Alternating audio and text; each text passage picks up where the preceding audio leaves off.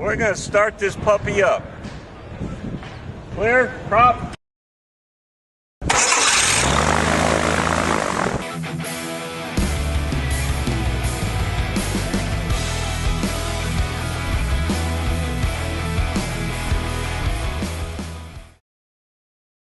And welcome back to Tip of the Week. In this part, we get the aircraft on its landing gear. So that is a big step forward.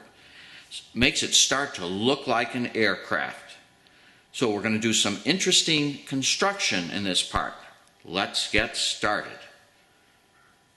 And before we get started, I wanted to make a correction from last part's video where I was talking crazy talk about the strength of the axle.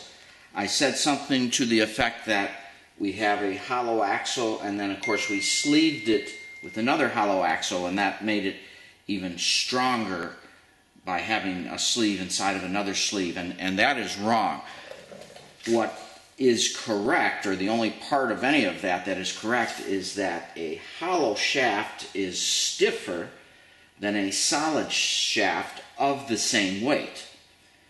And what is also not necessarily useful is to say that just because we stuck another sleeve inside of a sleeve doesn't make it even extra stiffer. It just means that we made it more stiff than before. So the correction is a hollow tube is stiffer than a solid tube of the same weight.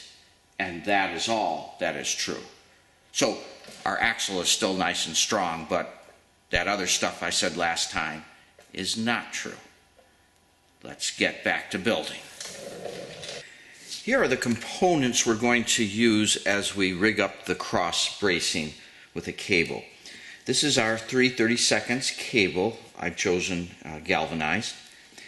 And this is a stainless steel tang, which we're going to use to connect through a bolt in one corner, and then the other corner the cable's going to attach, but the cable doesn't attach directly. We need to use a thimble, and we'll see that that simply goes onto, and sometimes they need just a little stretching.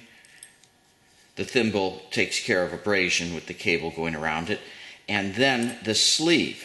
And this is a copper sleeve made for this purpose.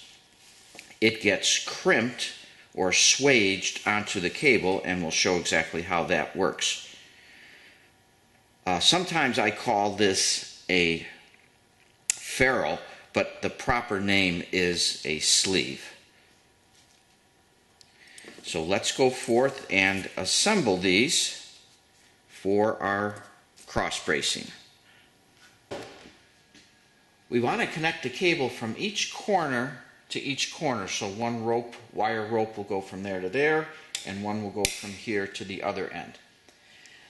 The wire rope will attach with these cable tangs. Now, I highly recommend that for now you have your bolts sticking up so that we can put our tang on and off, because we're going to make these cables basically off of the landing gear.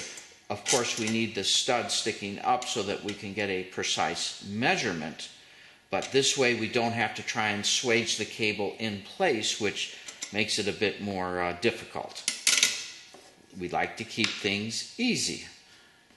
Our first step is to simply feed the cable through the ferrule. The ferrule basically looks like a figure 8 with 2 slots for the cable. So we're going to feed it in. And by the way, if your cable is frayed with all the little wires everywhere, you need to make a clean cut. Cutting the cable really should be done with a special cable cutter. If you don't, you're going to find that when you cut it with, let's say, a wire cutter, the wires are still going to be frayed. This has a unique way of making sure it comes out nice and clean. Otherwise, it's going to be really hard to get it inside the ferrule. So we feed it inside, and then our next step is to take our thimble and put that through one of the holes in the tang.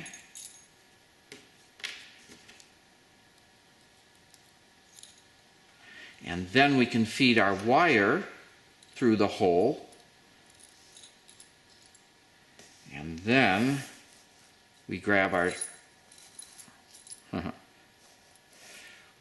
ferrule and send the cable back through the other hole in the ferrule.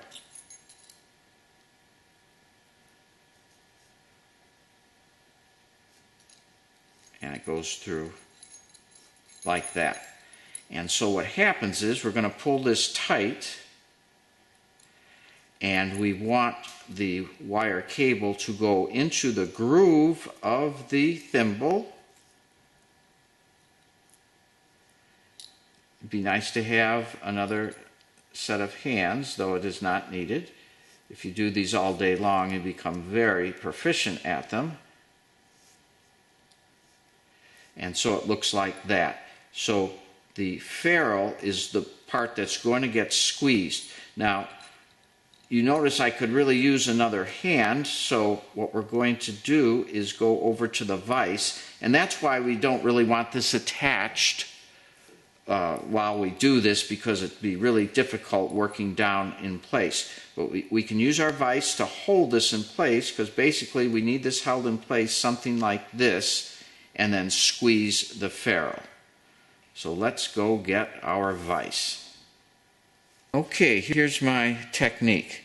I'm simply holding this in place the way it is supposed to be, and then I'm grabbing my cleco pliers, the same one we use for our clecos all the time, and I'm going to place them around. And if you notice, basically what it's doing, if you can see that, is holding so that I can remove my hand. And what this is doing very nicely is keeping the wire nice and tight around the thimble. And I'm going to put the cleco plier in a vise so that I don't have to sit here and hold it. And then I can use my other hand to move this into place where it is supposed to be, and then come and swage this tightly. But the nice thing about the cleco pliers, with the rubber band at the other end, that's what's holding the tension on there. That does a nice job. So let's go to the vise. The vise ends up being my third hand to hold this in place while I swage. Here it is. One of the handles is in the vise. The other handle is free. And this is the way it should look prior to actually performing the swage. Here's the tang, and our ferrule should be up to the ends of the thimble, and then we come in and squeeze. And this will have two squeezes. The first one will go towards the thimble, and then the second one will be spaced towards the other end. We can also hang it off the side of the vise.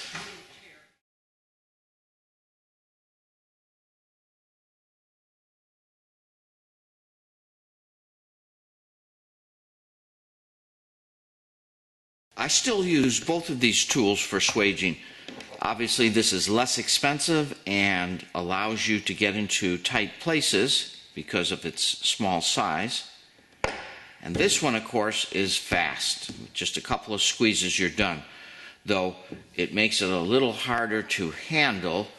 You'll find ways of using the bench as one of the arms when you go to push. But it is tougher to get into tight places because of its size. And it costs more, but both are great. If you're not going to build a lot of airplanes, this works very nice. Now, if we use this tool, basically we're going to use the middle jaw, and I removed one bolt, and I swing up and basically insert the ferrule into that middle area and replace the other bolt. And I'm just going to tighten both bolts equally until they don't go any further, and this will make one swage the full length.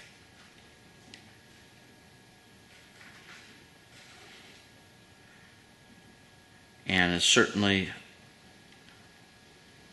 an easy task to perform. And I will use a wrench to crank down until it is all finished. And I hold onto the handle here to counter the torque of the twisting. And I equally go back and forth until it's all the way crushed.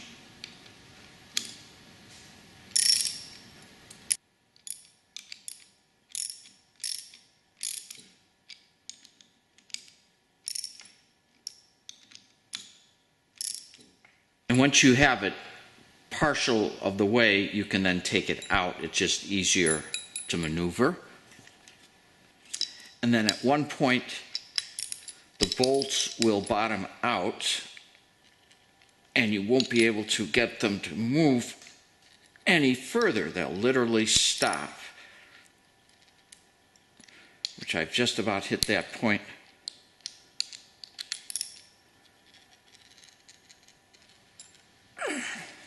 You notice on the bolts all of the stars. These are very hardened bolts.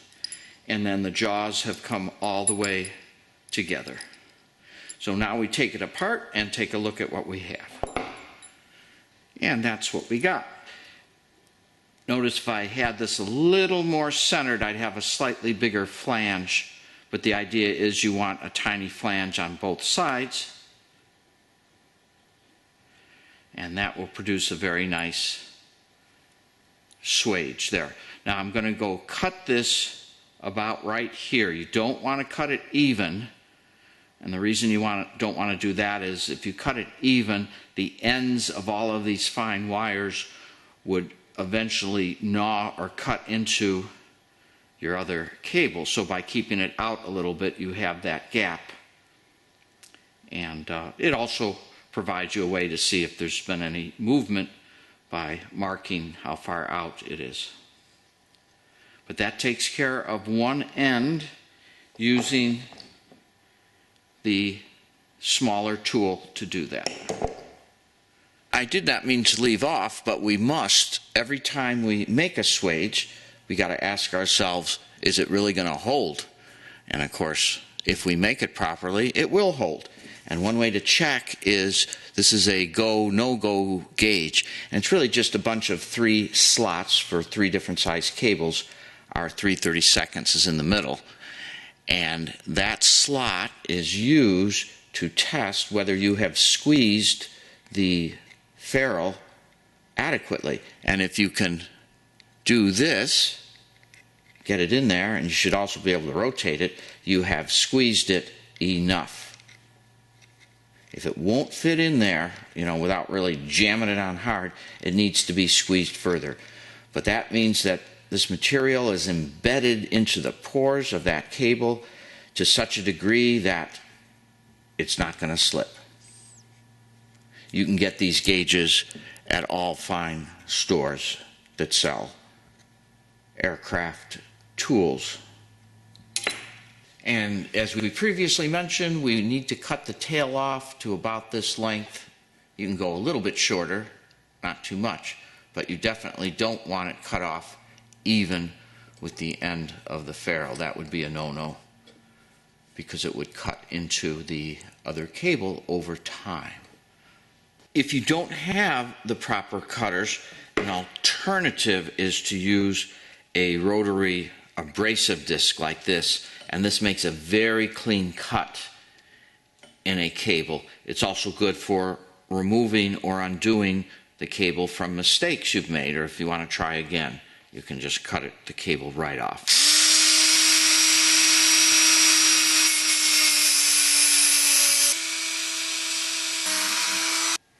Wrapping that in tape helps prevent the fraying when cutting with the rotary disc.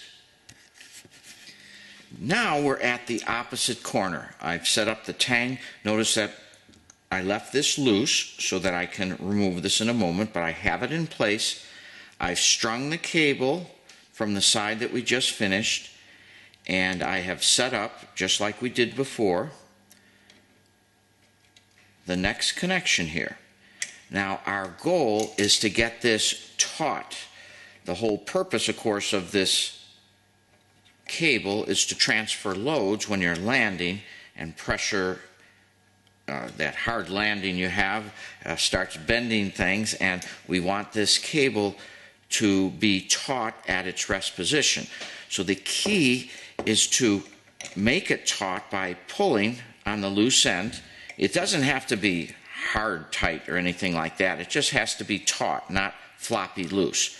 So get it taut, and then, because we don't want to swage it right here, you could, but I'm going to make it easier on ourselves by marking this. And the way to mark this is after you got it taut exactly in the location you want, and you could pull this end with the pliers, I'm just using my thumb right now, is to mark across the cables with your permanent marker. So when I take this unit off and over to the vise to re-swage this, not re-swage it, to swage it for the first time like we did before, it's going to be all loose, but when I assemble it, I'm going to pull it, and when I get these two marks next to each other, and let's see if I can zoom up so you can see that a little bit better.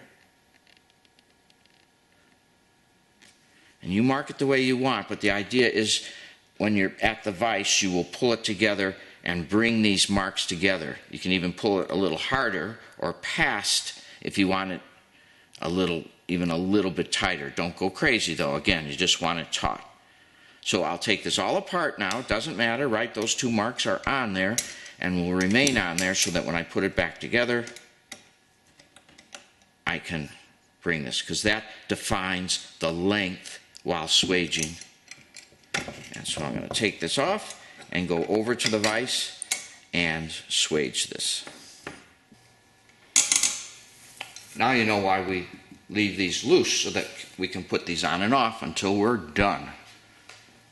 Okay, so I have my cleco pliers set up with my rubber band, and notice the two marks right here. Hoping the camera stays in focus. And notice I've even pulled my line a little bit past. That'll make it just a little bit tighter. And what's nice is that there's no stress or pull on the cable while you're swaging, which is what you would have if you tried to do this while it was in place.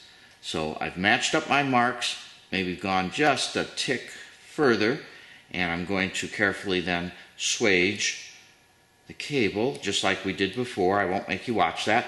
But let's swage it and take it over and see how that worked out. Let's see how this turned out. There are my marks right here, and we'll go ahead and insert that in. Obviously when we tighten it up, it'll hold it a little more taut. And the tension is about right. Let's take a look.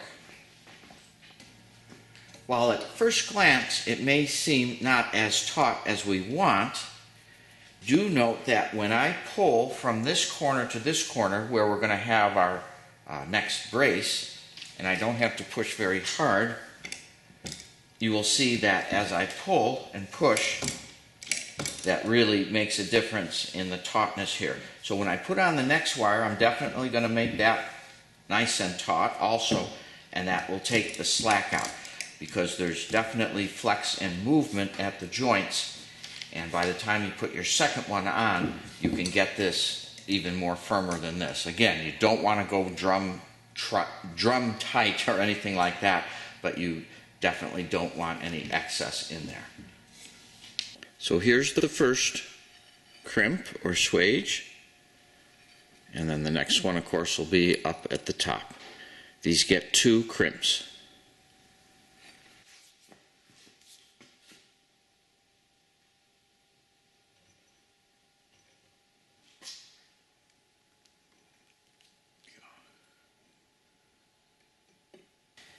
And there we have installed the other cross brace. And as we expected, the other one tightened up a little bit too. So that's what we want. You shouldn't be able to play a note with that, but they are ready now to take up and transfer loads when you come down hard onto the axle, onto your landing gear. And it will help hold everything together nicely in a very light way.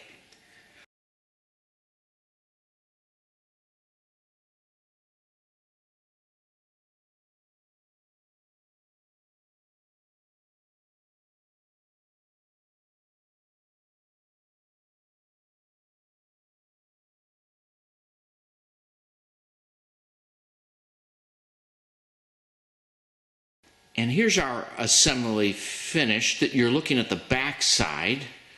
We know that because the stainless steel brackets are pointing backwards, one at each end.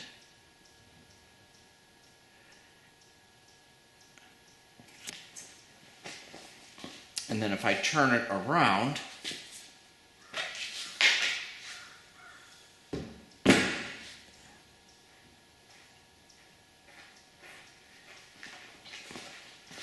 you may notice that I put the wire cables on the front side, and I put the nuts and bolts aiming this direction so that if we ever have to change the cables, these will come off easily by just taking the nut off, and then the tang will come off. Same with up here at the top. But other than that, you can set the direction of your nuts and bolts whichever way you desire. But this way seems to make a little bit of sense. Prior to installing the landing gear, we want to install a stainless steel U-bracket at this location. This is specified, check your plans, 12 inches from the center of the tube forward. It's going to be mounted here with a bolt that goes all the way through to the other side where we'll have another one. And the purpose of this bracket is for a tube which we're going to install from this point down to the bottom of our landing gear. If you'll recall, there was a U-bracket down here. So I'm going to go ahead and drill a pilot hole here, one on the other side at the same location, and then drill all the way through 1/4 inch and install the bracket.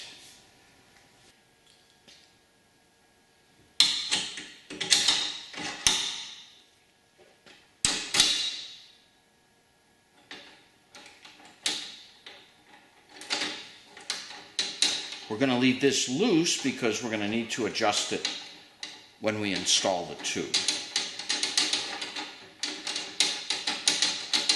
And then we'll replace with a permanent nylock nut.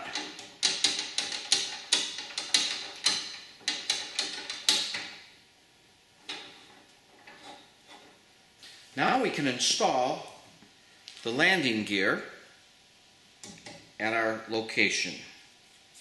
Make sure we have the front towards the front and the back towards the back.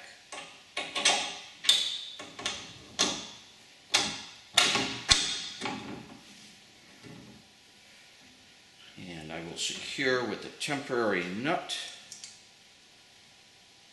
in order to get the other bolts on. So we have the 4 bolts, and we will install them with our nylock nuts because this would be a final installation at this point. Now let's add some wheels to each end of the axle. Now we're going to create the brace between the axle and the fuselage, and we're going to do that with a tube. Now this is 1 inch, but it's sleeved with a 7/8 inch inside. And I cut it to 33.5 inches, which is longer than you need, but you're going to end up trimming it. Basically, we're going to go from this bracket, which remember I left loose, up to this one, which you're going to have to rotate with your pliers. Let's take a closer look at how that's going to go. With my far end sitting at the fuselage inside the stainless steel U-bracket, this one's going to come up here. And so I'm just going to mark my hole. We need at least 1/2 inch, which should be no problem. And if you need to notch the end, now I have my bolt head here so I don't have any clearance issues. If you have the nut, you might have to notch the tube. But we're going to put a bolt through here, and then let's look down at the other end. And same thing here, we're going to mark our holes, notch it if necessary, and then trim as necessary. But we want at least 1/2 inch between the hole and the edge. And of course, we rotate this until we get a good fit. Eventually it'll be tightened, and then the same with the other side. So I leave this kind of floating loose, and then we'll end up tightening it later. I started by drilling a hole straight through the tube, and then temporarily pinned it, adjusting the bracket so that it had the best angle. And then when we come down here, we can adjust the bracket, get it just right, and then mark the holes on each side and drill. And that was about 33.5 inches with a minor trim for this. And I expect the other side to be pretty close. And I found it easiest to just hand drill straight through the hole with the 1/8, and then from the other side and connect them, and then up drill all the way to 1/4 inch. And that worked out very nicely. Now I'm going to focus on the bracket right below it, and of course that's going to join up with the wheel at the other end down here.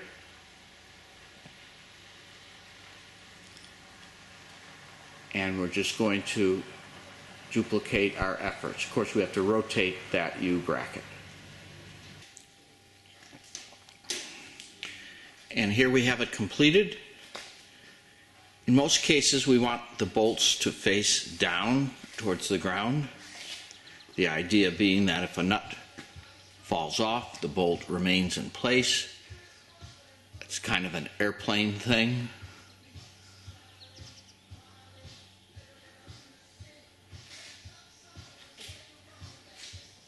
And now we are permitted for the first time to flip the fuselage onto its gear.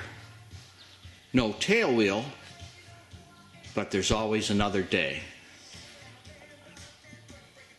So that it starts tipping. There we go. And then let's just let it down. There we go. The first wheel will hit.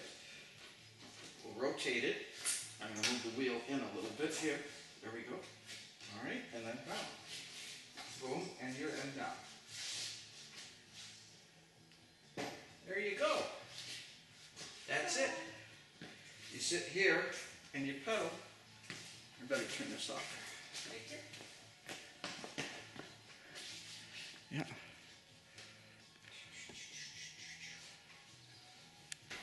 Now, before we go, I wanted to let you know that we weighed the landing gear. The weight of the landing gear is just under 6 pounds. Now, that is not counting the wheels. We weighed those separately, and those can be swapped for other wheels. And it does not include the fuselage cross tube, because this is needed for the wing attachment and for an upper brace, so that's not considered part of the landing gear. But everything else, including the support tube back here, came in at just under 6 pounds. So until next time, back to building.